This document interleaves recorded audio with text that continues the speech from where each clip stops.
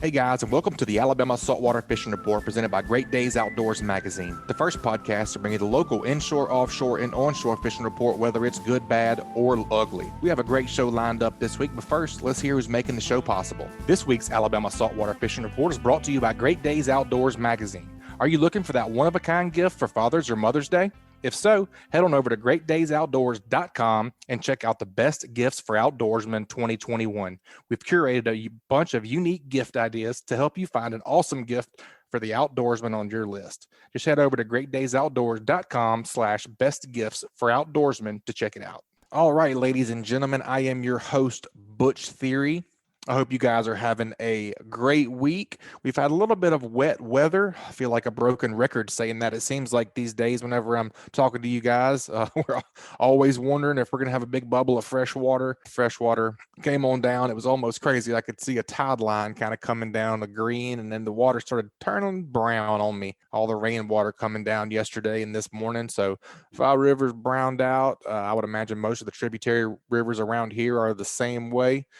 Let's go ahead and get right into the reports, and let's find out if this rain's been affecting our inshore and our surf fishing. Let's head on down to, well, let's just let him tell us where he's been because we never know. Let's head on down and see what Captain Patric Garmeson's doing with ugly fishing. How are we doing today, Captain Patrick? Man, Butch, it's a good day, man. Good day. Had burned way more gas going from Fort Morgan or from Weeks Bay down to Fort Morgan and back than I did fishing. We That's a good thing. Kind of we slowed down and just kind of picked some areas apart and just almost caught fish the entire morning. Now, granted, we had that giant monsoon come through this morning and we didn't get started till 8 a.m. But I mean, we were able to fish from about 8:15. We wet our first line and picked our last line up about 1:45, and heck, we were catching something pretty much most of the day. So it was fun. Awesome. What are you guys targeting? And has that been kind of the trend throughout the week, or was today a little bit different because of the rain, or what you been up to? Yeah. So today what I did is I went deeper, fished some deep structure in the bay. And I liked how high the water got. It really opened up some shallow water areas. But in my experience, I've had trouble after a big hard rain going shallow, and it may just be me overthinking things. I don't know, but I wanted to avoid some fishing my traditional shallow water stuff, and a lot of the shallow water stuff I'd been around has been kind of near creeks and rivers and stuff like that, and as much rain as we've had yesterday and again today, man, it was that's just screaming really, that's screaming low salinity to me right now. Screaming super low salinity, bad water clarity. Yeah. I mean, it was roaring out. So the tide was coming in when I left Weeks Bay, and the no wake buoys were laid over flat because of all the water trying to get out of the rivers and out of Weeks Bay. So it's been that way here in Fowl too. So I just was like, man, I don't want to go beat my head against the wall trying to do that stuff. So we fished deep, and today was really the first sign of like that kind of summer-ish type fishing where you send a shrimp down or a croaker or throw a jig or whatever, and it could be a speckled trout, a redfish, a ground mullet, a sheephead, a puppy drum, a shark. What else do we catch? Spanish mackerel, ladyfish, grunts, white trout. Are we talking slip and cork deep? Is that what you're saying? Slip and cork deep? Yeah, slip corking was definitely the ticket once the current picked up and started falling out.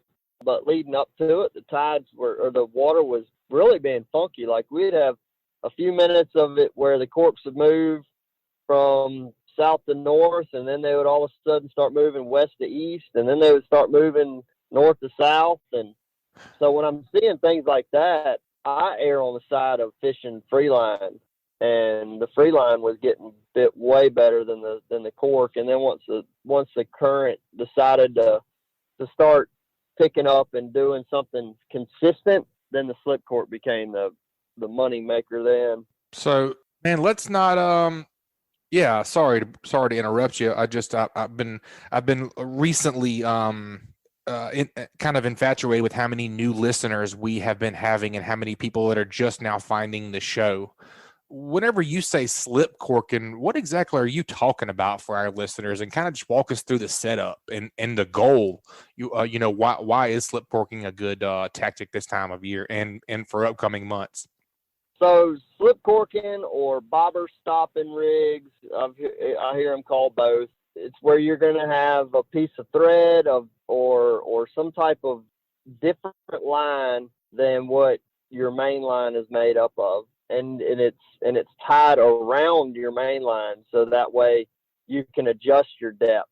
And so then the knot is going to be the maximum depth that your bait can go. So then below that, this would be the rigging. The rigging procedure would be to put your thread on there, put your knot on there.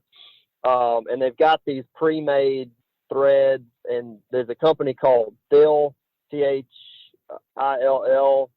They make a really, really good bobber stopper for me. I like one that's really thin, and the beads that come with it have a really, really small hole that you can barely get your line through. But what that allows you to do is that knot comes through your guides and into your reel really easy. So you're going to have your knot, your bead, then your slip float, any type of cork that has a way for your line to pass all the way through it. I use Betts Tackle Billy Boy bobbers.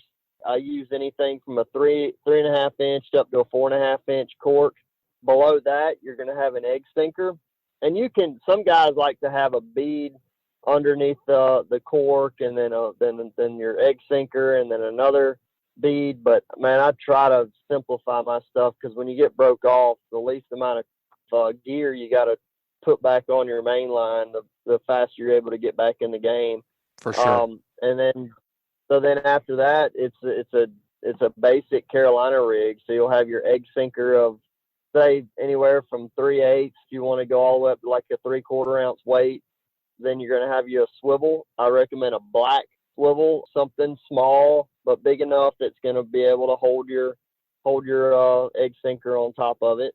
I think a number 10 is probably about as small as I would go, but in a 7, I think, is about as big as I would go. Most of those are rated for probably 50 to 75 pounds, and it's more than enough to do what you're going to do. Below that, I go with either monofilament or fluorocarbon leader, anywhere from as light as 10 pounds to as much. I've gone as high as 60-pound test when the toothy critters get pretty bad. Mm-hmm. Man, I've really fell in love with using a Kale hook.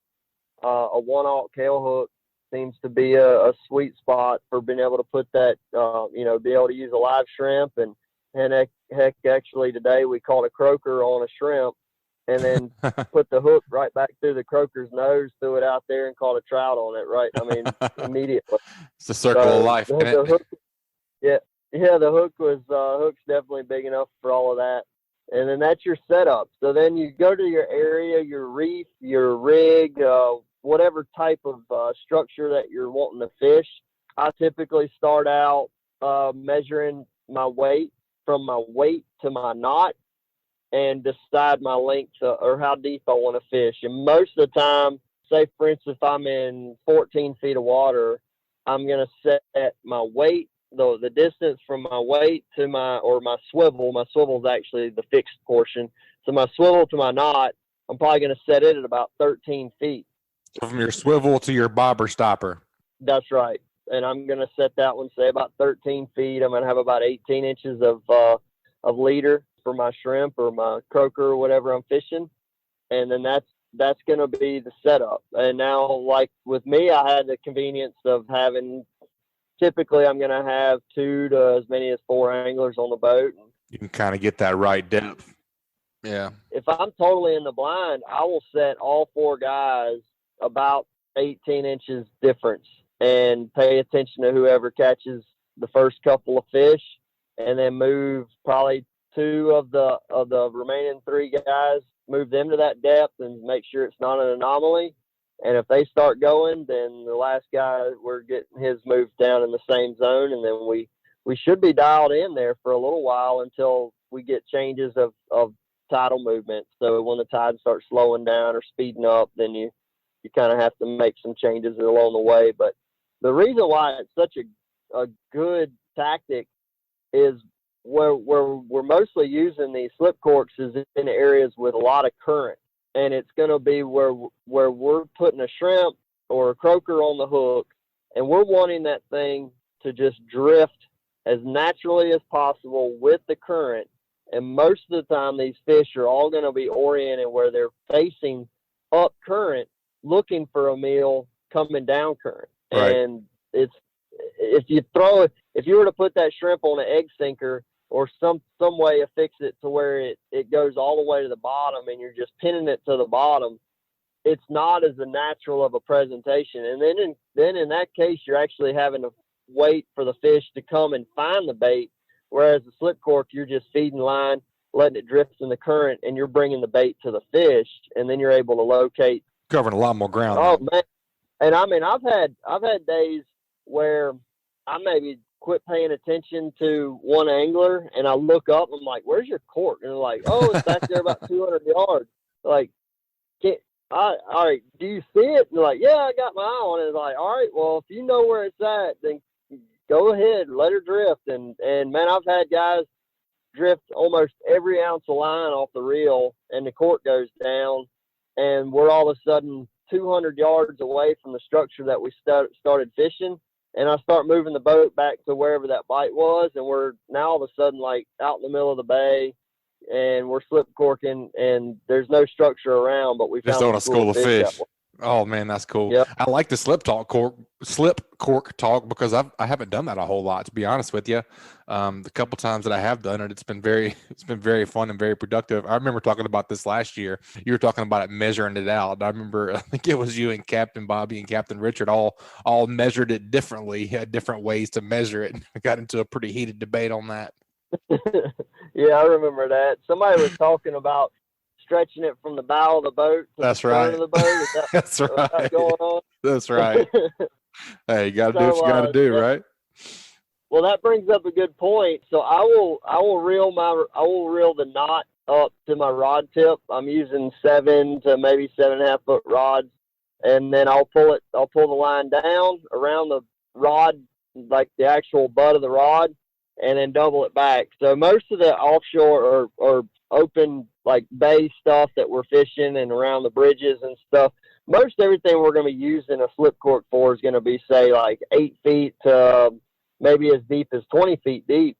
So I'll just measure that. I'll measure my distance based on the length of the rod. All you got to do, double it over. You got 14 feet. You need to go one more time, triple it over, and you got 21 feet. Yep, and that makes sense. And you're fit. Well, that's great, man. That's a great segment. That's a bunch of tips right there in itself. What else? You guys talking about kind of fishing over there on that Weeks Bay side. What else have you run into this week? Anything different? Nothing really out of the ordinary. Fished over the weekend with my wife and Cooper. I saw that, man. Coop tore it up this weekend. Dude, he was on it. We worked docks and pilings. Just it can be a little bit frustrating because sometimes these fish are like way up underneath these piers, and you got to make some pretty good casts. But at the end of the day, like, you can go out, like I mentioned about not burning a lot of gas today. There's a lot of times where I'll drop the boat in and start fishing almost immediately, and I may never crank the motor until I'm ready to go put it on the trailer. Just in and out, fishing dock pilings and broken piers and stuff. And we're seeing, man, we ran across quite a few sheephead, and then the redfish were really scattered. Like, we never did much more than maybe 2 or 3 in one area. Just using split shot. And I like a 1/0. I like that 1/0 circle hook by Owner, the Move 2 Light. I really like that hook because most of my anglers, especially when we're fishing on the bottom, they may not feel that bite. That fish can really choke that bait down and still come out with the hook in the corner of his mouth. Really reduce the mortality rates. A lot of these, you may run across these fish that are only 15 inches and need to be thrown back. Or in Cooper's case, he was catching 28 and 30 inches, and we wanted to tag those and let them go. So you're beating the docks up with a split shot and a live shrimp. That's it. And then that sounds fun. Right now the trash fish, the unwanteds are not terrible. So I mean, you may end up with 20 or 30 shrimp lost to croakers and maybe a couple of the catfish. Overall, most of them were desired bites. And I mean, you're not running around, you're not running and gunning, trying to find something. It's probably the closest thing you could do to kind of being into bass fishing. I've experimented with some lures, just a gulp or some sort of scented lure, Fishbite, stuff like that. Throwing it out and working on the bottom is pretty effective, but I find that it kind of cuts down on my bites. Like I get more, the quality typically goes up. Like I'll usually get some better fish, but instead of having say 20 or 30 bites in a day, I may only get 4 or 5. It's a good chance they're all say 20 inches or better, 25 inches or better, or something like that. So been doing that. And then we did some nice, we landed some really nice trout the other day, fishing some shallow water stuff. Man, I had the guys throwing popping corks and voodoos, and they were catching little trout like crazy. And then we got into another zone where there were some slicks popping up, and I had the guys fishing live bait and voodoos. Man, they were just getting croakered to death on their shrimp. We had a slick pop up, and I was like, man, there's got to be some fish in here that are feeding. I mean, the slicks keep popping up. And I threw a topwater out there, and a friggin' 22-inch trout clobbered it. And nice. I was like, all right, that was that's the clue we needed right there, boys. Yeah. And I got them all set up on topwater, taught them how to walk the dog, and every one of them caught them a nice trout or 2 or 3. I can't remember what the total number was. It wasn't like a banner catch them. We weren't catching them every cast, but it was the quality was there. They were all 18 inches and better, and a lot of them were showing themselves where they were coming all the way out of the water. Even if they didn't connect, it was still a nice show. So that's why that topwater is so much fun. The visual aspect of it. That's right. And these guys have been fishing. They fished Louisiana and Apalachicola, and they fished around here for a while. And they're like, man, none of the guides ever let us throw topwater. This is so cool, man. And I was like, well, it's, I am ducking and diving a little bit, kind of laying low, going in the prone position sometimes. Hiding behind the console. Got to do what you got to do. It was fun, and man, it's super rewarding when a guy tells me this may be his first ever topwater speckled trout. So that's cool. He said he's hooked now. Oh yeah, they had a great time, and our hot bait was the pink and silver head and one knocker. Great lure, man. It's one of those that you just keep it tied on all summer long. It's not gonna let you down if there's a fish looking for something to eat on top. Yeah, for sure, man. All right, well, let's get into the Hey Cap question. This week's Hey Cap question comes from Thomas Campbell. He says, "Hey Cap, what are your go-to lures and techniques when power fishing for reds and specks?" I'll just go ahead and show my ignorance here. I've never heard power fishing as a term before. Let's define power fishing, and then you can go into your lures and techniques if you don't mind. Yeah, power fishing is really just going to be when you get on a stretch of water. I mean, really common to what the tactics where we were fishing slow. We were fishing live bait around these docks and broken wharfs and stuff. If you exchanged a live bait for something artificial, you could really power fish those areas pretty good. Throw in anything that you can keep the boat moving and just keep casting and bringing the bait back to you. You can do it real well with topwater.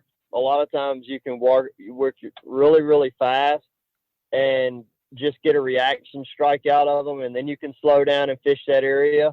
And then you can throw things like lipped crankbaits, like a stick bait, maybe like a XR8 or a bomber 8. Oh my gosh, I'm showing my bomber ignorance all of a sudden. I don't know. I don't know the anyway, names of bombers. God, but anyway, like a stick bait with like a two hook, something that's going to dive down, say about 3 to 6 feet deep. You can power fish those pretty good. So You're just turning and burning and trying to find fish. Basically, is what power fishing is. Yeah, you are not. I mean, I've mentioned this before. You're not looking for the hard to please fish. You're looking for a gullible fish. You're trying to find a fish that's sitting on on oyster shells or a piling or something where when you rip this bait by it, it doesn't even think about it. You know, like getting up in the grass beds and stuff for redfish, throwing spinner baits, wake baits. Bomber makes a jointed wake minnow that we were throwing the other day. You got to slow down a little bit for that bait, but you can still be pretty much a power fisherman. But it's really about just covering water and just trying to pick a zone that, instead of saying, all right, well, I saw, like, for instance, you may go to a shoreline or a stretch of water that you're seeing just mullet everywhere. You're looking at It's not like necessarily all the clues. It's not necessarily a point that you're honing in on or something. That's right. You take a quote unquote fishy area and just go from, it might be a 200-yard stretch. Hell, it might be a half a mile stretch, and you just drop it, start fishing, and take a look. When you're fishing, you see a different looking swirl than a mullet. Make sure you're burning a cast through there. But the main thing is just having a lure that you can be in control of. We love our slick lures, but it's pretty difficult to fish a slick lure in a power fishing sense. But what it might do is you may come through there ripping a top water on top and get a good blow up, turn around and throw a few more times and it doesn't react. And then that's when you could throw a slick in there and possibly get that big bite that the fish showed itself briefly, but then you give it something that gets right in its face, and then it eats it. Yeah, or a few fish gave themselves away. I'm sure you could find schools that way, same way. Oh, without a doubt. Yeah. I mean, I've had it happen where you get one blow up on top water, and you may go throw through there 10 more times with a top water, and you're like, well, maybe they're not here, and then all of a sudden you throw something subsurface at them and you get them, but you were power fishing when you found them. Whenever they gave themselves away. That's a great hey Cap question, man. That's a great explanation. I do like that question. That's a great one. All right, that's a great hey Cap question. Thomas is going to get a prize pack from the Slick Lure. Thomas Campbell, make sure you email us at alabama@bestfishingreport.com with your shipping address, and we'll make sure we get you those Slick Lures. You guys make sure you're following Best Fishing Report on Facebook, and make sure you join our Alabama Saltwater Fishing Report private group for good stuff we're always putting on there. Captain Patrick, I know I mentioned kind of in the first of this segment, kind of going into the slip corker thing. I've been trying to kind of reintroduce our contributors because so many new folks are finding the show for different areas. So I'm just kind of trying to reintroduce people. So kind of tell us a little bit about your company and a little bit about yourself, man. Kind of give us a 50,000-foot view of Patric Garmeson and Ugly Fishing and how to get in touch with you. Well, I appreciate that, Butch. I think about it a good bit when I listen to a podcast and I listen to it. I'm like, man, I don't really know who that guy was. And gotta know. So anyway, yeah, I've been raised here in Alabama area I am now 40 years old, so I've been fishing around here for about 35 years. Yeah, I know it. About 35 years I've been wetting a line in the Mobile Bay area. Got my guide license 11 years ago. Been full-time guiding now, going into my 6th year. I run Ugly Fishing. Kind of a catchy name. People remember it. It got a cool logo. My buddy Andy Hayes drew for me. Fish all over Mobile Bay. I fish the Delta, east side of the bay, west side of the bay, all in the middle. Fish Mississippi Sound. To do some near shore fishing. So there's not a whole lot of fish or fish types that I don't harass at some point in time during the year. I know that's true. What kind of boat? Yeah, so I'm running a 24-foot Blue Wave. It's a pure bay. It's a 2021 version. So she's a pretty new vessel, powered with a 300 Yamaha, and got a motor guide XI5 trolling motor on there and dual power poles. So rigged out pretty good. And then with a 12-inch Axiom Pro Ray Marine fish finder. Not a whole lot of toys on the boat that are missing. Got a lot of stuff running loose equipment as far as fishing reels and rods and the inshore series stuff. And man, I like to think that I go out of my way to make sure I have good equipment and high quality tools at my disposal. So, when a customer gets on the boat, we having a breakdown of some sort should be a very, very limited happenings. Every once in a while you may have a rod break or a reel malfunction or something like that. But for the most part, they're pretty seamless trips. And I like to think a lot to do with the fact that I choose a good quality equipment to and you got to keep up with it too. You got to keep care of your stuff. I mean, that's your office. Yep, it is. You'll break a few rods every now and again. You'll have that on them big jobs. Yep, it happens, man. And you'll have a reel that all of a sudden just goes haywire, or power pole that made something. You never know. Battery go bad. Something's bound to happen eventually. But if I feel like if I stay in good stuff, I'm gonna minimize be in good shape. those. Heck yeah, that's a fact. Well, if folks want to get up with you and book a trip, what's the best way to get in touch with you, Cap? The best thing to do is go to uglyfishing.com, click the book now, and that'll take you to my calendar. And then you'll be able to, first off, you'll be able to see the open dates that I have. And then, and unfortunately, a lot of customers are seeing how few of those days those actually are. That's the easiest way to find me and my information. But if you want to give me a call or shoot me a text, you got some questions or comments or whatever you want to talk through, what you got in mind as far as a fishing trip, then do that. Give me a call, shoot me a text at 251-747-1554.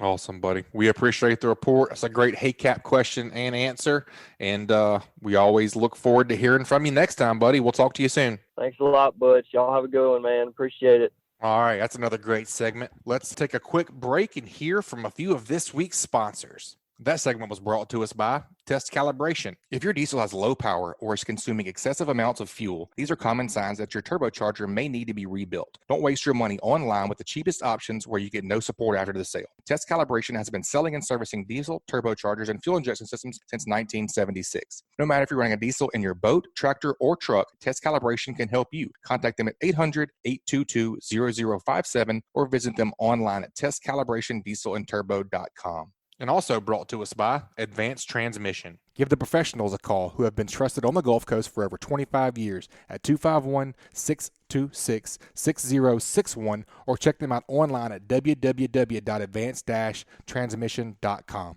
All right, guys. We've been really excited to release this segment for you guys to listen to. It's a really cool product that we're kind of pumped about. We've been trying some things out.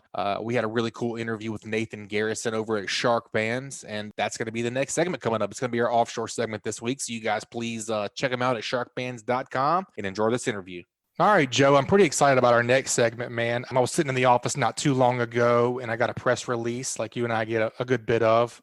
And this one kind of hit home for me, man. I got a Sharkbanz, B-A-N-Z, and the one I got in particular is called a Zeppelin Shark Deterrent Tackle. Looks just like an egg weight kind of, man, a little oblong egg weight.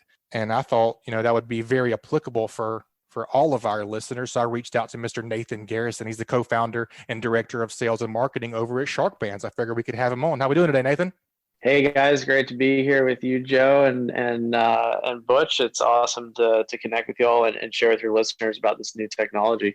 Yeah, man, we are really excited to get into it and see how this thing works and what applications. I know you guys have a few different products that work around in different applications for things that our guys and gals are going to be doing. So let's just get into it. Where you want to start at, Joe? Man, Butch, you and I did a good bit of surfing when we were coming up together. We did some wade fishing. You've gotten into diving. I got dive certified. Diving's not for me, but you've really gotten into diving. All the offshore fishing we've done. Sharks are not getting less prevalent. No. I think there's more sharks now out there than there's ever been. And I wonder if attacks. It seems like you hear more about shark attacks, but you hear more about everything with the media and technology where it is. So that's where I'd like to start, Nathan. I mean, are shark attacks increasing? Is there any data to support that? Yeah, for sure. I've got plenty of shark stories. I'm sure you guys have plenty to share too. I look forward to learning a bit about that from you. But shark attacks are definitely increasing and have been doing so really since the 50s. And I know you guys do a lot of data-driven research for this podcast, so I can definitely share some interesting data on the subject with you. And not only are shark attacks on people increasing, but also the statistics on shark bite-off for fishermen as well. And that's really been in the last 10 years. That's exponentially increased. It's gone pretty crazy, not just here in the U.S. and the Gulf and on the East Coast, but all across the world from Australia to South Africa. So, that's why our products are here, is to help reduce the risk for ocean goers, also for fishermen to reduce the incidence of shark bite-off. Hey, man, I don't need your fancy data sets to tell me we getting bit off more down here now. A lot more. More. That is bad. It's really bad. I mean, to the point where you're just moving. I mean, it seemed like that would happen. Well, I'll put it into perspective. Butch, when you and I were in our teenage years and we were deckhanding a lot, it was kind of like the cool thing when you got a snapper that got bit in half. You're like, it makes a cool picture, but that didn't happen that much. I mean, it definitely wasn't a daily thing. I'd say it's a daily thing now. It's terrible, really. Oh, yeah. Yeah, I mean, like blackfin fishing, you're just dropping straight down with jigs, red snapper fishing. I mean, you're usually, more times than not, I would say you're trying to reel that fish up as quick as possible so it doesn't get shark bit. You think that's extreme, you think, or no? No, not at all. I mean, you even talk to the guys on the piers. I mean, they've got like strategies for how to let the king mackerel. They're free spooling, while they got a king mackerel on to get it away from the shark. I mean, it's a bad situation. They're actually, on the pier, they're having those special shark days where you can trying to beat them back a little bit, Yeah. And that's just getting sharked. I mean, you and I did quite a bit of surfing, quite a bit of wade fishing. I mean, there were some close calls with me and you on the surfboard. Yeah. I mean, we weren't on the same surfboard. That would have been a little weird, but what I mean. I do know. I wondered about that from you guys. if you'd had any close calls or had yourself or any friends get bitten when you were surfing back in the day. Thank goodness not bitten, but man, I mean, I remember one time in particular, Butch, you and I were like waiting on a set to come in, and I don't know, how big was that bull shark that just came right in between us? Like 350, 400. Yeah. I've seen several of them out there surfing. I've actually been knocked off my board before, but nobody's ever been bitten that I've been surfing with. Not yet. Knocked off your board counts as definitely a sketchy encounter. So you're on the list. Sure. Yeah. A lot of in some lists that might be considered an attack. You just didn't get bit. So you're a statistic now. Yeah. I mean, all that being said, though, you guys are doing some pretty cool stuff, and I haven't been able to get out and test this yet. But why don't you just tell everybody a little bit about the Sharkbanz technology, because I think that if it's as described, this is pretty much a game changer. It's a game changer when it comes to getting sharked, and also with that peace of mind for those guys that are maybe going to go wade fishing or do spear fishing. Let's just talk about that a little bit. So tell us about Sharkbanz. For sure. Yeah. I mean, going back to what you just said about having that huge bull shark come in between you guys. I had a close friend when we were like 18, 19. He got attacked by a bull shark off of Folly Beach, South Carolina, which is where I grew up, and ripped him off his board, pulled him underwater, tore up his leg, was really his ankle pretty bad. And that wasn't even that big of a shark, but big enough to do some significant damage. He made a full recovery. He's fine, but I kind of looked at the ocean a bit differently after that. And then after that, it became, okay, every time I'm going to go surfing in certain areas, I'm going to be thinking about this. And my dad and I, after, he's a lifelong diver. He used to be a dive instructor in Monterey, California in the 70s, back with the big great whites and in that cold water. I still am in total admiration of him doing that. So sketchy. Yeah. We just had enough conversations about it. Like, man, like there's got to be a way that we can come up with something that's simple, affordable, stylish, and is obviously effective, that can reduce the risk for people when they're in the water. Because, even if it makes me like 10-20% less likely to get bit than the guy next to me, or if I'm out there by myself and it doesn't impact performance, then like, why wouldn't I wear it? So we looked around at different technologies and we figured out that there's this magnetic technology that had been discovered and developed by a group of marine biologists and chemists back in 2005 that could deter a whole range of different shark species from their prey or from a target item. And they worked on that with a number of different scientists who then expanded upon that research around the world. And there was a pretty good body of research papers that suggested that we could create a product for people out of this magnetic technology. So basically what it does is you use these really powerful permanent magnets that generate an electromagnetic field that disrupts a shark's electrical sense in a way that's highly unpleasant for it. So even for us humans, we can't really perceive that field is there, but to a shark, it has this sensory organ that you guys are probably familiar with called the ampullae of Lorenzini. When you look at a shark's snout, it's all those little dots, look like little pores, like blackheads. And it uses those to detect really weak electrical fields in the water. And that's how they hunt and navigate. And that's how they see in the dark. And near this magnetic, it creates an unpleasant sensation in that snout organ by overstimulating it. So it tells them basically that, hey, this might be dangerous, leave it alone. Like work principle that, wild animals will follow the path of least distance to get. And if something they believe is harmful, if they get injured in the wild, they're going to go somewhere else to look for a meal, so they avoid it. Sure.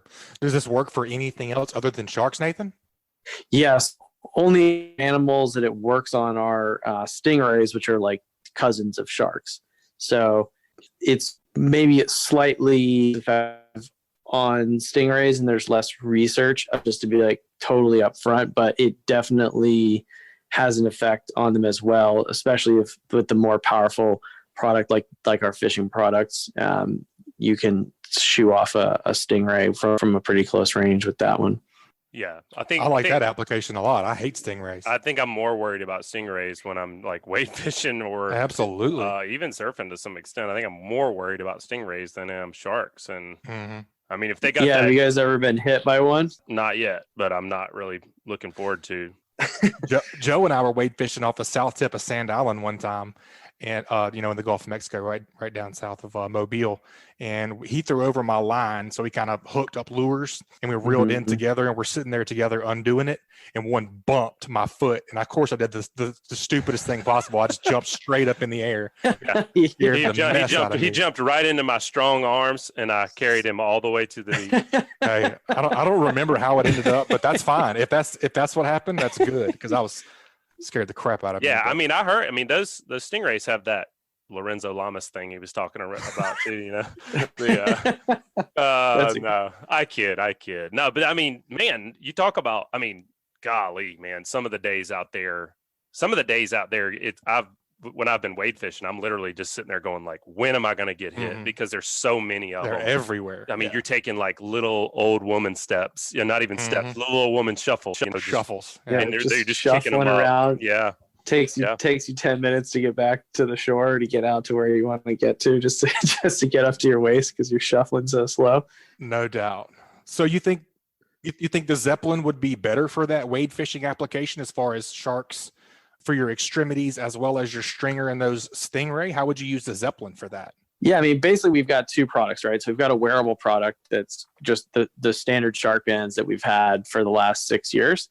And that you can wear on your wrist to your ankle. It's one size fits all. There's no batteries. There's no charging. You literally just get it, strap it on like a watch on your wrist or ankle, and boom, it's always working for you. You don't ever have to worry about charging it. It's just, simple maintenance. Like every once in a while, just rinse it with some fresh water.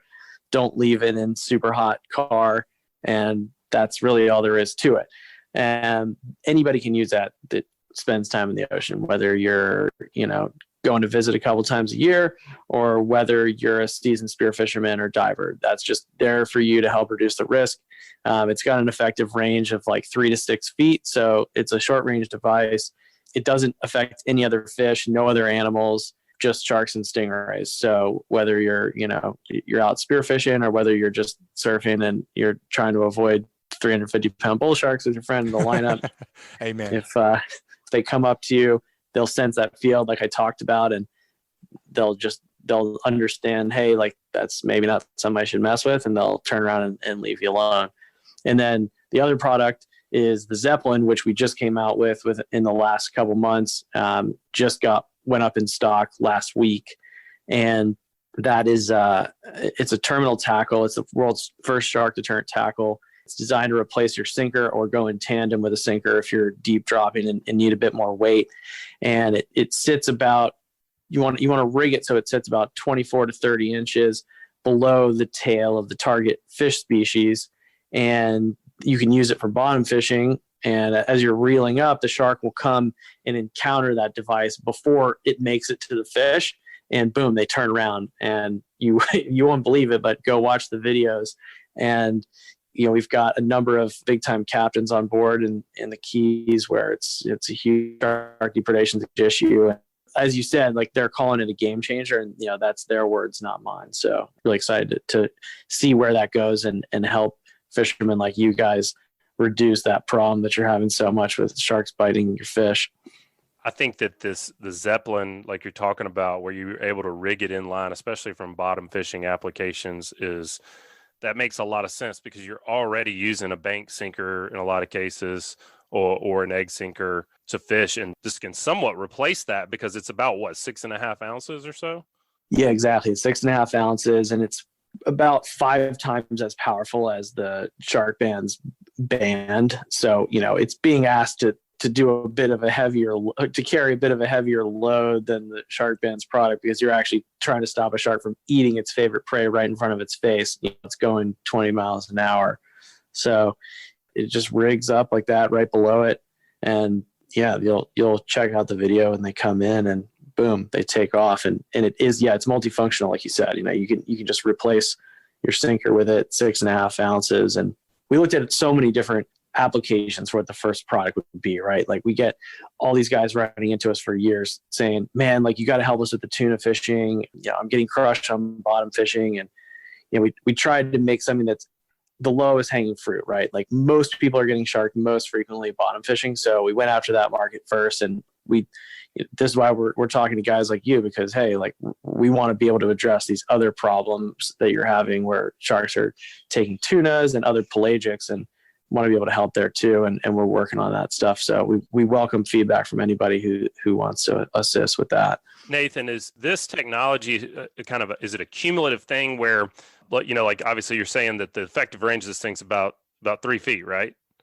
Yeah, 3 to 6 feet. I mean, you'll definitely, the animals can sense it as far as like 10 feet away, but they can't sense it beyond that because I could go into like the laws of magnetics about why, but yeah, we're not going to do all that. No, we don't need to know all that. 3 to 6 feet. That's what you're going to go to the Sharkbanz website if you want to read. Nathan you can nerd out over there. We're not going to let you do that on this show, but no, man, I'm just fooling with you. No, so is this something where like if I got like a vest, and put like 20 of these things in here, that I'm going to be able to repel a good bit further? And the reason I'm joking about that is like these things would make a pretty good dive weight is what I was thinking. I mean, you're already using a dive belt. Is this something where if you've got more of them that it works further, or is it just going to be 3 to 6 feet within, even if there was 2 of them or 3 of them, if I had one in every pocket or something? You could make a necklace out of it, Joe. That's what I'm already thinking about, That's a good question. Your necklace concept, you probably have a bit of an issue with that because I don't know if you've got more than one on either of you, but if you have 2 of these things next to each other, they are extremely powerful magnets. They're not like anything you've experienced before. They're the same type of magnets that get used in like Tesla motors and like, electric cars and stuff. So they're heavy duty, serious things. So that might be your issue in trying to use a bunch of them. But to answer your question is sort of, to an extent, you can increase the field size, but it's more like you're just increasing the strength of the field and the intensity of it. Just again, like the laws of magnetics, like I was saying, you can't really increase the range, right, but you're just increasing the intensity at a short range. So, for the Sharkbanz, for certain activities, like people who are ocean swimming, especially if they're in like a fairly sharky area, we'll tell them, hey, like wear one on the wrist, one on the ankle, provides better coverage. If you're really worried about it, it's definitely not going to hurt you. It'll only help you. Same thing with the Zeppelin. We haven't tried to use more than one on a line yet, but like if you're spearfishing or something, you can have one that you up that would like go on your stringer, and then you could like wear a Sharkbanz on your ankle, and like that would help you. That's a good idea. I think that makes a lot of sense for wade fishing, because quite often you're wade fishing and you get a bull shark that comes up and noses your stringer, maybe has a little snack, and hopefully he's not nosing you. But if you've got both of those things covered, then you can just kind of relax, and it's a shuffle-free environment. I still recommend doing some shuffling, but I'm be high stepping out there now. I got the Sharkbanz. Damn you, Sharkbanz! I'm sitting on the beach with this big spine in my foot. No, man. I mean, this is just Nathan said I could do it. Right? Yeah. Where's that disclaimer? That's right. Like you said, this magnet's crazy. I mean, I'm looking at the case that this thing came in. And is there any considerations with like this magnet and electronics? Like, do you need to worry about having this next to your phone or next to any marine electronics or anything like that? Thinking of sterilizer? Yeah, good question. Yeah, that's why it comes in that case, because the case is magnetically shielded, and that will prevent it from damaging any other electronics. So it's as long as it's like at least a foot away, it's okay from stuff like phones and computers and things like that. But generally, we just tell people store it in the case when you're not using it. And really the main thing that you have to worry about with the magnets is like hard disk memory, like, memory cards, hard drives, things like that. That's obviously like the things you really don't want to damage. And they are like the most vulnerable to magnets. So those hotel keys, those hotel cards, those things always get. Yeah, you can wipe a card. I haven't had a credit card go bad ever for them. I mean, we've sold a lot of these things, and in 7 years, I've only had, I think I can recall 3 incidences where somebody's had an issue with an electronic device. So it's super rare. Like, it's not really something to get that worried about. It's just something to be mindful of for sure. For sure. Yeah, the case is super fancy. I like the packaging a lot. We're working on some like ways to slim it down too, and it's just a little tricky with shipping and stuff, because there's actually quite a bit of regulation around shipping magnets internationally, especially if you put them on an airplane. Yeah, I'm sure. What I'm seeing with this, Joe, like for you to weigh in here, you got a 23 or a 27-foot boat. Most of them have a midship cleat. What if you put like some? I mean, I would say that most, I don't even know what we're going to call it, getting sharked. Most of your fish eaten off the line are going to be, pretty much 6 to 12 feet away. Wouldn't you say, coming up to the boat? Is that where it happens to you guys? In all the stuff that we went to Western Australia, did a bunch of testing out there. That's kind of where we first determined, okay, like these are the products that we're going to finalize. Like we took a bunch of prototypes and put them through the paces. And most of the time we were getting sharked, it was within the first 50 feet after the hookup. And then same thing in the Keys. Like when we've done a bunch of the testing there, we actually haven't had them like chasing us in the last 20 to 30 feet of water. Is that what's happening where you guys are at? Because that'd be a bit different than what I've seen so far. Well, I mean, you got to be careful doing your testing in Australia. Everything's different over there. Like their toilets flush in the opposite direction. That's right. So Yeah. Everything's backwards. Down under. I mean, I don't know that everything's trying to kill you. Right. That's right. Yeah. I mean, so I would say if it works. You guys want to hear about a crazy thing in Australia that I found out about that can kill you that I didn't hear of before when I was there? It's always good to know. Absolutely. I want to know about everything that can kill me. That's to very avoid important. all death. All right, that's a good policy to have. I want to know about everything that can try to kill me. Yeah. So in Australia, there's like they have these little cockle shells. They're like like the small little spiral shell that you'd see like maybe an inch or 2 tall, like this small, beautiful looking shell. You're like, oh, what a cool shell. Like I'll just pick that up, put it in my pocket and take it home. Well, there's a creature that hides in a lot of these shells, and it doesn't have like a you know, like snails and stuff, they have like a door, so you can, like a hermit crab, you can like see that there's something in there. Well, this thing, it doesn't have a little door, so you don't even know that it's in there, but it's like slithered up inside, and it has this little foot and a stinger on it, and it comes out and it'll prick you if it's in your pocket or in your hand or something like that, and you'll die in 15 minutes from this. Why thing. do you see? No, I didn't want to hear that. I didn't even know that. I need to know. We're going to edit that out. I'm going to be I'm going to be sleeping with my Sharkbanz tonight, crying myself to sleep. I'm just going to be sitting there like, I'm never going to Australia now. I was like, man, just when I thought I've seen it all, like even the little sweet shell on the beach that I pick up and take to my girlfriend's going to kill me. Murder fest. Yeah. Right. Have you guys ever heard of mud crabbing before? Well, no. Oh. Okay, this was a ridiculous thing that they have in Western Australia.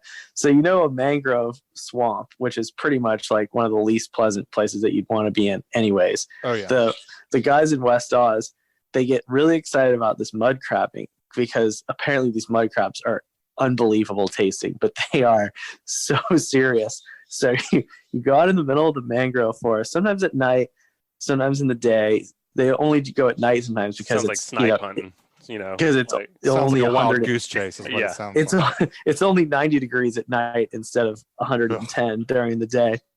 And you go in the mangroves, and these huge mud crabs make these holes, and you either stick in the hole, and then when you find, you stick your hand in the hole, some of these guys, and try to pull them out. And they have claws like a stone crab on steroids, and they can cut your finger off like immediately. No, Goodbye. I'm never going. By the way, Nathan, I'm never going anywhere with you. We are not travel buddies. Yeah, you can count me out on the mud crab, and that sounds like the crazy people down here that do the noodling. Yeah, well, yeah. Yes, it's similar to that, but it's like I don't know. But Did you actually see one of these mud crabs? Because I really feel like they were like, "Hey, watch this. Watch what we're gonna do with this. Watch what we're gonna do to this guy." Yeah, they dragged us on this mud crabbing trip, and I was like, "All right, fine, I'll go." And yeah, everything I just said was to a T. 110 degrees in the mangrove swamp, in the mud, and we got one. We only found one, and we ate it, and the damn thing was delicious. But I don't know if I can say it was not worth it. Oh man. Well, this is very cool technology. I mean, well, hold on now. I want to finish. I want to finish my thought. So what I was saying about the Zeppelin, 23 or 27 foot boat, and yes, I do think the last probably 30 or 40 feet is where we get sharked the most. You don't think so, Joe? I just don't know that I could say. I don't think I've ever really. I definitely think with tuna fishing that we get sharked seems like right by the boat, or that's where the fish starts getting chased. Yeah, I could see that. Yeah, like tuna fishing. Bottom but in fishing, the bottom fishing too? I don't know. I don't think I've ever really paid that close attention. I've just been like, crap. Stupid sharks. Yeah.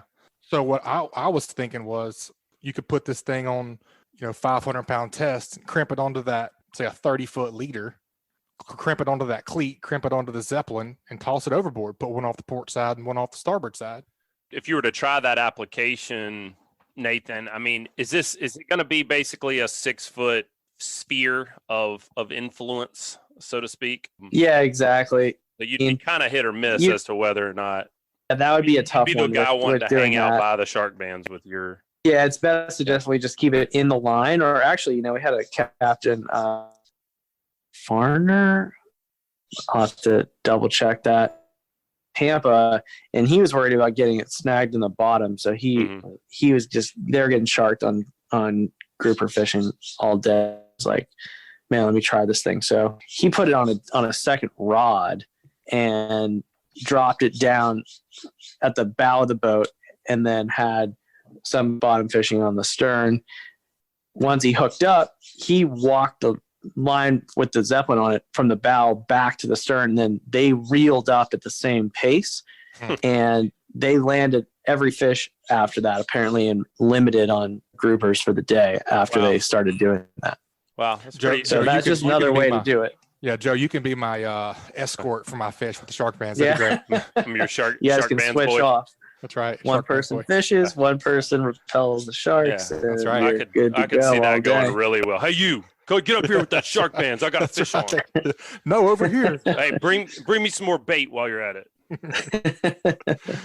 Oh man, that's cool stuff. I really, really, really like it for, like I was saying, the wade fish application for stingrays as well as sharks. I'm looking forward to trying it, and I'm I definitely really looking forward to trying it. If it doesn't work, Nathan, I'm totally going to find your house. So.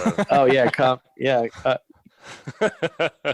You got him scared. No, Right. He's like, wait a minute. Yeah, no, it works. Yeah, we've tested it. I mean, it's awesome, man. It sounds like you guys have put it through the ringer with these guys in the Keys and put it through with some guys that are dealing with this problem. I can't wait to get this thing out in the Gulf and give it a shot. I mean, if folks want to look it up and maybe pick one up for any of these applications we're talking about, where should they go? Where can they get more information? Yeah, for sure. I mean, you guys just know that it wouldn't be out there and have the approval of the captains that we've worked with. If these guys weren't saying that it worked, we wouldn't be putting it out there. And that every step of the process that we've done in developing this has been in conjunction with guys who are big time saltwater fishermen to make it as convenient to use and as effective as possible. And if we weren't in Exmouth, Australia, where the sharks are as bad as anywhere, we showed like a 80+% reduction in shark bite off compared to the norm. So wow. And then in the Keys, we went from you can't land a fish on a particular day without it to landing every fish after that. So I'm super confident in it, and I invite people to try it out. And it's really just comes down to rigging it right. Like if you rig it right and you have it 2 feet below that fish once you've caught it, it's going to be highly effective. So, and I'm excited to see how different captains and fishermen figure out new ways to use this thing, because you guys are the guys that are out there every day doing this, and I know that y'all are smart and y'all are all MacGyver types, and you'll figure out ways to make it even more effective and to use it. So I'm excited for that. It's only the beginning, and yeah, if people want to find it, read more about it, you can watch the videos. Yeah, go to sharkbanz.com. That's sharkbanz.com, and you can watch all the videos. You can read about the technology. You can see testimonials from captains like Billy Delph and Chris Mandola down in Key West. And we're going to start working with some guys up in North Carolina pretty soon, and would love to get some folks from y'all's region of North Florida and Alabama on board too. And yeah, maybe we can connect at one of the big fishing tournaments or something that you guys have coming up this summer. Yeah, absolutely, man. Yeah, man. That fishing rodeo. Hey, anytime you want to come on the boat and just you can be the Sharkbanz guy. I'll do the fishing. That's right. And you can escort our fish up. That'd be great. That's right. that's Nathan, awesome. you mentioned good for me anyway. Open invite. It'd be fun. Yeah. Well, Nathan, man, it's been good. Appreciate you talking a little bit with us about how to avoid shark attacks and some of the different applications for the Sharkbanz technology. Folks, y'all head on over to their website for more information. All right, guys, that wraps up another great segment. You guys check out our sponsors. That segment was brought to us by SunSouth. If your to-do list requires work on the land, come see us at SunSouth. We listen to your needs so you get the right equipment and the right implements at a price you can afford. And during our spring sales event, you can save even more on quality John Deere equipment at SunSouth with 0% financing on select models like zero-turn mowers and compact utility tractors. For John Deere equipment sales, parts, and service, come see us at SunSouth. Equipment for those that do. Some restrictions apply. See dealer for details. Expires May 31, 2021. And also brought to you by Alabama Marine Resources. The Alabama Marine Resources Division reminds all recreational anglers who harvest gray triggerfish, greater amberjack, or red snapper that their catch must be reported through Snapper Check. This includes vessels, kayaks, and shore anglers who possess any of these reef fish. Reporting is mandatory and must be done prior to landing fish in Alabama, regardless of where the fish were caught. Anglers can report to Snapper Check online at outdooralabama.com or through the official Outdoor AL app. For more information about Snapper Check or any of the 2021 fishing seasons, please visit outdooralabama.com. All right, folks, let's head on down to our surf report. Let's see what Captain Dusty Hayes is up to. What you say, Cap? What you been doing this week? Oh man, been fighting this rain for sure. It's weather likes to be nasty on the days I'm off for sure. It wants to keep me off the water, but luckily I have got out there a few times and got on the beach, and got some good fish for sure. It's still a decent little pompano bite, still a decent whiting bite. Hardtails are super thick. A couple weeks ago, it was the cow nose rays. Everybody was hooking into them and fighting them for 30 minutes up and down the beach. And now it's the hardtails, but it's constant action. I noticed the first hour after daylight, when that sun kind of gets up, those hardtails kind of get out in that deeper water with the bait. And then that's usually when you'll pick up your pompano and whiting bite. I've got to that point in the year. I know further to the east, it's a little different, but as far as like the Orange Beach, Gulf Shores, Fort Morgan area, I try to keep a variety of baits, ghost shrimp and regular shrimp, fish bites, of course, and then even sand fleas. You notice there's always kind of a transition point where it seems like one day one thing's working better than another, but it's also kind of goes weekly. And normally ghost shrimp is a killer, and I mean it definitely caught some fish this year, but I don't think that I guess we just had a good enough run where ghost shrimp wasn't a necessity like it is sometimes. And I know in the winter, and especially early season, the guys with ghost shrimp are always doing better than everybody else. But a lot of good fish caught on, shrimp, fish bites, and all that stuff this time of year, or this spring. And the sand fleas, produce for a lot of people so far. But me personally, it seems like that first week in May is really when I start seeing more sand fleas. I'm able to catch them and use them. And, I'll catch a few here and there and might pick up a fish, but the past, I'd say 10 days or so, pretty much so far in May, I've had a really good consistent bite on sand fleas, whether it's, both whiting and the pompano. So, and we've actually caught some pompano on really big sand fleas, which I don't care to use the huge ones, but I'll put a couple out there anyways, just for the hell of it. And we picked up some good bites on those too. So, that's going down for sure. And if you want to walk the beach and throw lures for, I know everybody watches Matthews throw big poppers and stuff for jacks and redfish, and it's prime time right now, especially down Fort Morgan and all that. There's the redfish and jacks are all over the place, and guys catching them off the pier. Same thing. I had the school of jacks come in on me 2 Fridays ago. I was out there and I saw some bait kind of scurrying, and I saw some stuff come up. I was like, that's not Spanish. And I had the fly rod in my hand and laid a fly out in there a couple good times. And I was throwing real small clouds, and they were chasing LYs probably 8 inches long. So they weren't worried about my little clouser. But there's all kinds of activity, and we haven't really had super hot weather. It's actually been, other than the rain and the wind, it's been fairly pleasant temperature wise. So it's kind of kept that activity level up and kept all this stuff schooling around, and lots of Spanish, bluefish, all that stuff on various lures like poppers and spoons and all that stuff. There's just about everybody's catching Spanish, from the jetties to the pier, all that stuff. So we've really had a pretty killer spring surf-wise. And now that the temps are kind of warming up and we've had all this freshwater influx, a lot of the trout are moving out on the beach side, everything from Fort Morgan to Orange Beach, good numbers of trout. So if you want to, kind of make that transition from bait and weight, and you've had your fill of pompano for the year, now's a good time to break out the 7-6 spinning rods and walk the beach throwing twitch baits and top waters and catch you some speckled trout and redfish for sure. That was going to be my next question, actually. Whenever you thought those beach trout were going to start showing themselves, if you were waiting for some higher temperatures or what. So it sounds like that's about to spark off. That's pretty much one of my favorite things to do, man. I love that stuff. Yeah, it's fun for sure. It's one of those things. There's some people that are really masters at it. Some people just catch a few here and there. I'm one of those people that it doesn't seem, whatever I do, I'll go out there and I might catch one or two, but I usually have a ladyfish or a bluefish showdown. But I'll go out there with Chris and he'll have 19 trout and I got 19 bluefish. So we'll be throwing the same lure, but it happens like that. But yeah, those fish are definitely out there, and there's been some big trout so far this year. It's been a killer year for big trout too. Guys kind of catching them all over. So like I said, that fresh water, all this rain we keep getting, a lot of your fish on Fort Morgan area, they're coming out of Mobile Bay. A lot of your fish on West Beach are coming out of West Pass. And then we don't see as many east of the Orange Beach Pass. I mean, really, I wouldn't say none. But I've seen very few trout east of the Orange Beach Pass. And occasionally you will see some out on Johnson's Beach that come out of Pensacola Pass. So if the food's there, and especially if you have a lot of rain, you'll notice that they get out there. And one thing I kind of pay attention to over the years, it seems like the summers and just years that we have lots of rain, you have way more trout on the beach, and the beach trout fishing will just be, it's always good, but it'll be 10 times better, it seems, those years that we just get swamped with rain, because it just pushes so much fresh water out.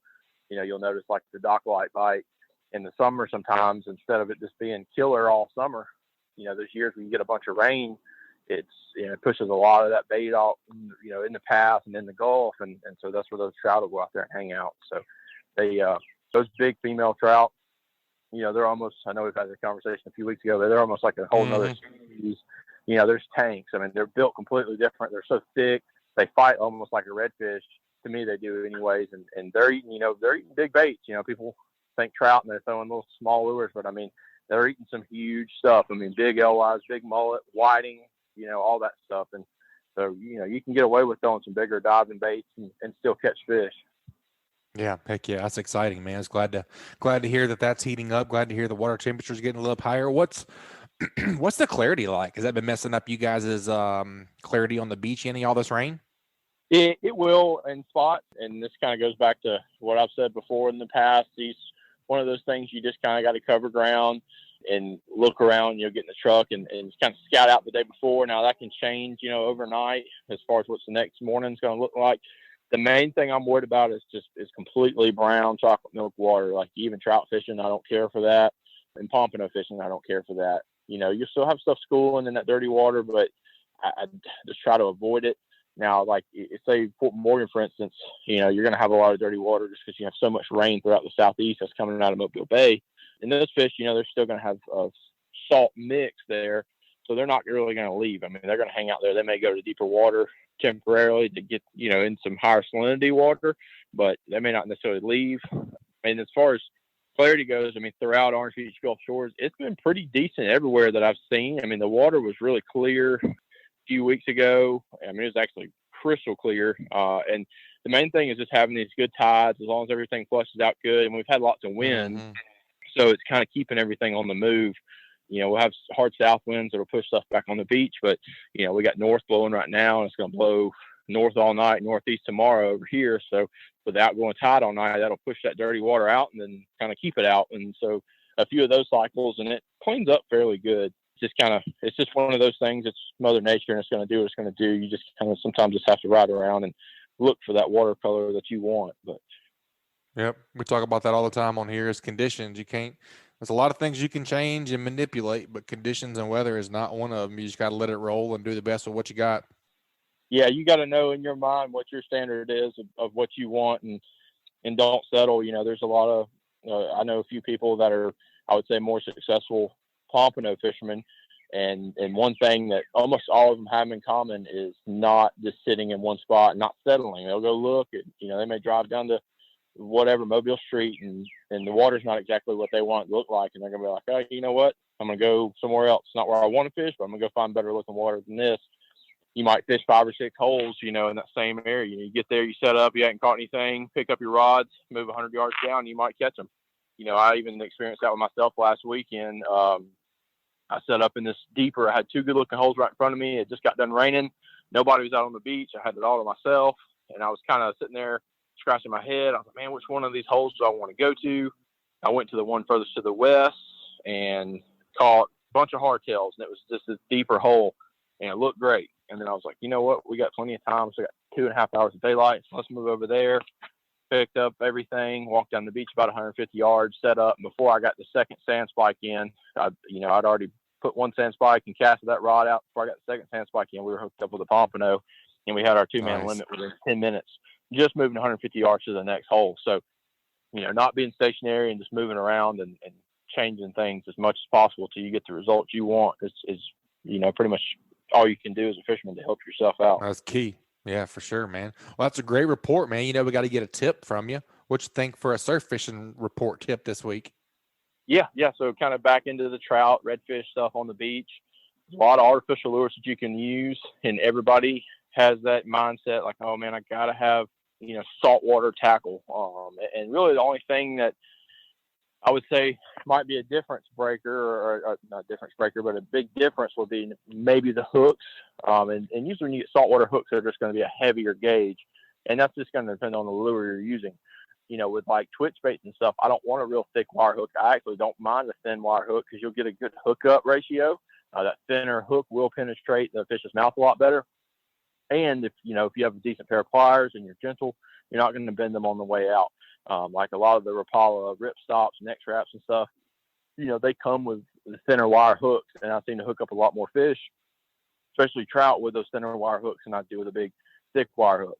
Some of the bigger mirror lures and stuff like that have these big gaudy hooks on them, and they'll still catch a fish all day long. A lot of that stuff isn't always necessary just for your standard trout fishing. So, if you freshwater bass fish, striper fish, you more than likely have, if not one, but dozens of things in your tackle box that you can bring down without having to rebuy a whole arsenal. As much as I'd love to sell you some, you can bring stuff like Zara spooks, all kinds of jerk baits. In the freshwater world, I mean, jerk baits are a huge thing, and there's so many different brands and sizes and styles. And, I wouldn't recommend throwing like a Vision 110 Mega Bass out there at $25 a piece, just because there's a chance of a bluefish or a Spanish or something getting a hold of it. But if you have some Rapala X wraps and Strike King jerk baits, anything like that works really good. Another huge thing that works great is a rattle trap, which is a lipless crankbait. So like if you have, Strike King red eye shads and stuff like that, all that stuff works great in the surf for trout, redfish, flounder, and other species. Basically if you're coming down, anytime in the next, I'd say 4, 5, 6 months, and you plan on walking the beach, bring a lot of that stuff, especially if you have old plugs that aren't up to your standard on what you want for your bass fishing. Get some replacement hooks on there, get you some fresh hooks. And if it don't matter if they don't have any paint on it left, you can still throw that lure and catch trout and redfish and stuff like that on the beach. So a lot of plugs in your tackle box will work, even square bill crankbaits, the Bandit 100 series, Bandit Footloose series. I use a lot of the Rapala DT Fat, 3-foot and wake bait. Man's Baby 1- is another, freshwater lure that works good. Various spoons. I mean, there's all kinds of stuff in plastics. You see a lot of guys, this black drum has become a big thing here recently, on social media. People are going to the intercoastal and fishing for black drum. And, like we try to sight fish them with a fly rod and stuff like that. You can pitch live shrimp at them, but there's a lot of creature baits that work really good at them, like any type of crawfish, like a Zoom UV crawl, speed crawls, the Strike King Rage crawls, even regular jigs. A lot of that stuff, especially like a green pumpkin or Okeechobee crawl that has some blue in it, looks like a blue crab. So it's something you can definitely trick a big black drum or redfish tailing into eating. That's why I carry like Ned rigs at the store. A Z-Man Ned rig, the little crawfish, and the TRD worms are awesome baits for sight fishing, redfish and stuff. It's something that makes a quiet entry in the water. It's not super gaudy. It's more finesse, but it looks natural and it'll get bit for sure. Man, that's a great tip. I think that's going to have to be what I learned today. So I really like that a lot. It makes sense, man. I mean, a lot of lures are just lures. The fish is going to eat it. I mean, if it looks like a fin fish or something like that, I think you're going to have great success. I think that's a great tip, man. If folks want to get up with you, Dusty, and pick your brain or come see you down at Sam's Bait and Tackle, get a new setup, what's the best way to get in touch with you? Yeah, obviously come see me at the shop or hit me up on my cell phone at 678-897-0167. Like I said, you're more welcome to come down here and pick our brains, and we can hook you up with, anything you need rod, reel, tackle-wise, and we sell a huge variety of hard baits for walking the beach and casting for trout and all that stuff. And we still have tons of pompano rigs and jigs, and, we still got months of the surf fishing. We'll get you fixed up with anything you need. Awesome, buddy. We appreciate the report, and that's a great tip. We look forward to talking with you next time. Thanks, Captain Dusty. Yes, sir. Thank you. Well, that's another awesome report, folks. That segment was brought to us by Daycool Heating and Air. As the saying goes, if you don't like the weather in South Alabama, wait 10 minutes because it's going to change. But one of the things that is very predictable is the pricing at Daycool Heating and Air. They offer flat rate pricing, and they don't charge for after-hours calls. Let's face it, your HVAC always seems to act up whenever you need it the most. Don't get stuck between a rock and a hot place. Daycool offers flat $45 service calls, $59 tune-ups, and they offer free estimates on equipment replacement. The pros at Daycool have been servicing Mobile and Baldwin counties for over a decade. Contact them at 251-633-5121 or check them out online at www.daycoolair.com or on the Daycool Heating and Air mobile app. They are license number AL07028. All right, that's a great show. That's a lot of good information this week. I learned a ton. We got to do what did you learn before we get out of here today. And like I said earlier, I definitely I do some bass fishing myself, and I have a ton of bass stuff that now that I think about it could be versatile in freshwater and saltwater. I really, really liked what Captain Dusty was saying about that. And that could even go over, like he was saying, into the plastics, into some of those brush hogs, into some of those longer worms, the blue ones, watermelon seed, and things like that. I guarantee you a redfish eat a brush hog up. This week's What Did You Learn is brought to us by Bucks Island. They have new pontoon boats, bass boats, bow riders, and aluminum boats for sale. They provide boat service on all kinds of boats, even if they weren't purchased from Bucks. Visit them at 4500 Highway 77 in Southside, Alabama, or give them a call at 256-442-2588. All right, folks, that's going to wrap it up this week. That's another great Alabama saltwater fishing report. You guys, please subscribe, rate, and review wherever you listen to podcasts. If you'd like us to email you the podcast each week, just text the word fishing to 314-665-1767. Again, just text the word fishing to 314-665-1767. Subscribe to our email list, and we'll send you the new show each week. You guys keep whacking them. We'll talk to y'all next time. This week's Alabama Saltwater Fishing Report was brought to you by B&M Pole Company. B&M Pole Company is more than just panfish. Check out their Sam Super Salt series designed for shallow water fishing for trout and redfish at bnmpoles.com. And also brought to you by Sam's Stop and Shop. Sam's Stop and Shop is your one-stop shop located at 27122 Canal Road in Orange Beach, Alabama. Sam's has a little bit of everything, including a deli, inshore, offshore, and surf fishing tackle. They also have bait, clothing, groceries, name brand sunglasses, and so much more. Stop by and shop or call them at 251-981-4245 today. And also brought to you by Photonis Defense, PD Pro Ultralight Ultra Compact Night Vision Systems. Simply the best in-class night vision systems ever built. Contact them at photonisdefense.com to learn more. Photonis Defense, Masters of Darkness. Also brought to you by Dixie Supply and Baker Metalworks are proud to be your metal roofing headquarters for over 40 years. Save time and money by buying from the most reliable manufacturer on the Gulf Coast. Buy it today, pick it up today. With the addition of their new store in Cantonment, Florida, they now have 8 locations to serve you. Dixie Supply and Baker Metalworks, your metal roofing headquarters. This week's Saltwater Fishing Report is brought to you by Angelo Depaola, the Coastal Connection with EXP Realty, your boating and beach property specialist. Check me out on Facebook at Angelo Depaola Realtor, the Coastal Connection, or call me direct at 850-287-3440. And also brought to you by the Flora Bama Fishing Rodeo. The Flora Bama Fishing Rodeo is an annual fishing tournament held at Flora Bama Old River Grill. The fishing rodeo focuses on bringing families together for a fun weekend of fishing on the Gulf Coast. This will be held June 11th and 12th, 2021. And also brought to you by Hilton's Offshore Charts, bringing you the highest quality online satellite fishing chart since 2004. Your source for sea temps, altimetry, currents, and watercolor at hiltonsoffshore.com. And also brought to you by Fishbites. Check out the full line of scented saltwater and freshwater baits as well as tackle at fishbites.com. Also brought to you by Coastal Conservation Association of Alabama. Check them out at ccaalabama.org. And also brought to you by Foster Contracting, Fortified Roofing Pros. Enjoy less stress knowing you have reduced your risk for damage with Foster Contracting. Check them out at fortifiedroofingpros.com or call them at 251-447-2978.